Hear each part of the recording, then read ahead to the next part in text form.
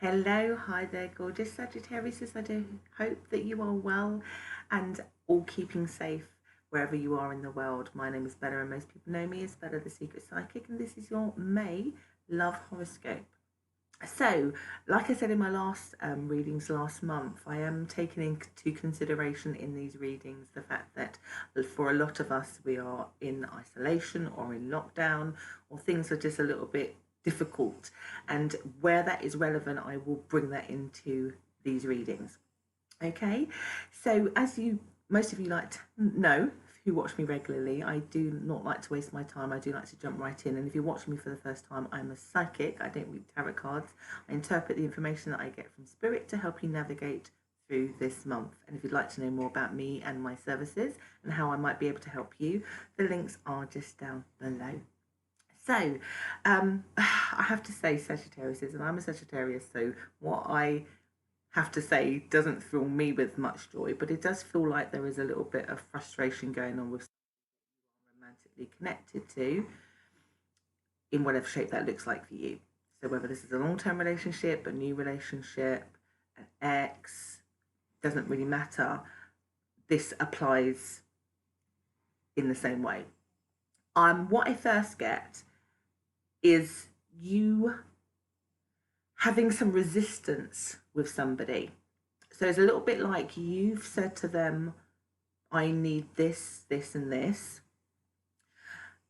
And they've said to you, okay, I'll do it. A bit like that.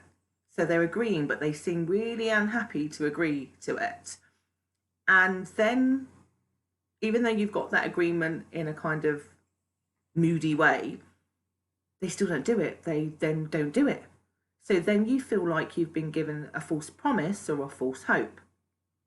Another way to look at this is perhaps you're in a long-term relationship and they are just grumpy. Now, this could be what I call lockdown grumpiness, because maybe you've been together for 4 weeks or 5 weeks and it's starting to grate and they're just moody.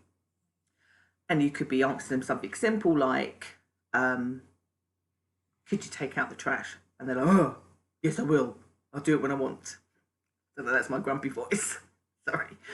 And then they don't. Like, I'm trying to give you different levels. It could be as simple as they've promised to come around and see you, promised to connect with you on Skype or a phone call if you're separated from them. And when you ask them, they respond quite grumpily, but they agree. And then they don't do it. So in your first week of May, that's how it's coming across. You've got this kind of, like, why are you being hostile kind of attitude from this other person when you're trying to stay connected or trying to grow something with this individual. Again, if it's an ex that maybe you're trying to figure out whether you want to get back with them, they seem quite hostile, but agreeing. It's really weird behavior. As you get into the second week, you kind of look back at the first week and you're just like, I don't think I want to connect with you because you just seem off. So when you've come out of your funk and want to be a decent human being, I'm going to stand over here. For some of you, that looks like walking away a little bit. You're like, oh, I'm just not going to talk to you, or I'm just going to not be with you. I'm not going to pursue dating you or talking to you. Or if you're living with somebody, you might be like, I'm just going to just avoid them because give them the silent treatment, whatever. I'm just going to be quiet. And they don't like that. I get them very, very frustrated, like almost like that person cannot see their own behavior. And then when they see that you're just now no longer giving them attention and not asking them for the things that you were asking for them last week, and that you're somehow different, it makes them even more, I have to say, a little bit hostile and a bit, I don't know, in the eye. They're really annoying energy. And for a few days, they feel like they just watch you, whether it's literally in the house or from afar, watching your Facebook, watching your Instagram, whatever. And they're stewing. They're winding themselves up. It is the bizarrest energy. Which, to be fair, I think you standing to the side is a good idea, because when somebody is like that and they're not moderating their own energy and they don't know why, is probably best, but it is a little bit like something brewing, because it feels a bit like, for them, it's like a kettle boiling. They're winding themselves up so much that they're getting really angry at your indifference.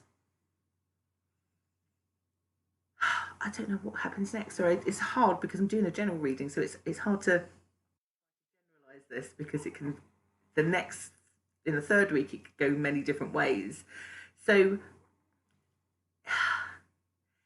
in the third week, I think overall, to summarize this in a really general way, they do blow up at you. And for you, it is not welcomed. It's not necessary. It's not needed. It didn't cut, why are you doing this? I feel like you see that person, or a side of that person that you've never seen before, or see for the first time, and you don't like it. And I get you even more now in the third week, re-evaluating your relationship with that person.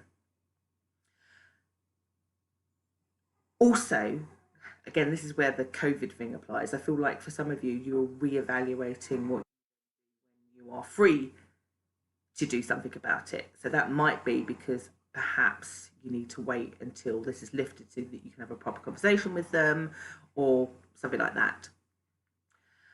But I do get in the third week, because of the way that they are unjustifiably narky with you, dare I say narcissistic with you, that you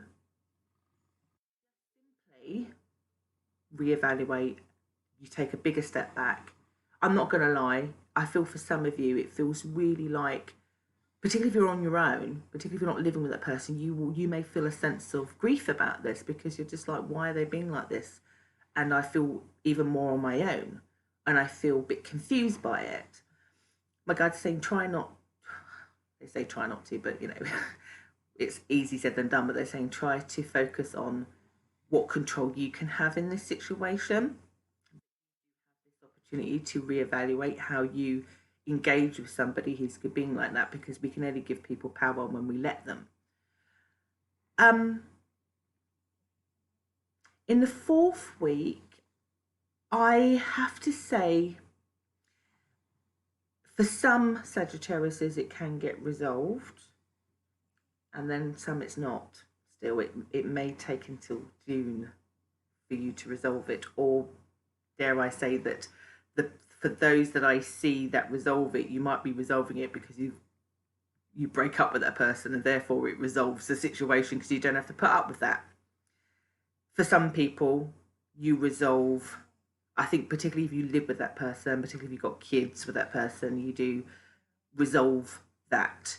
But I still feel like it may still take a little bit of unsticking still in June, but you come to a place where their hostility is reduced because you talk about it.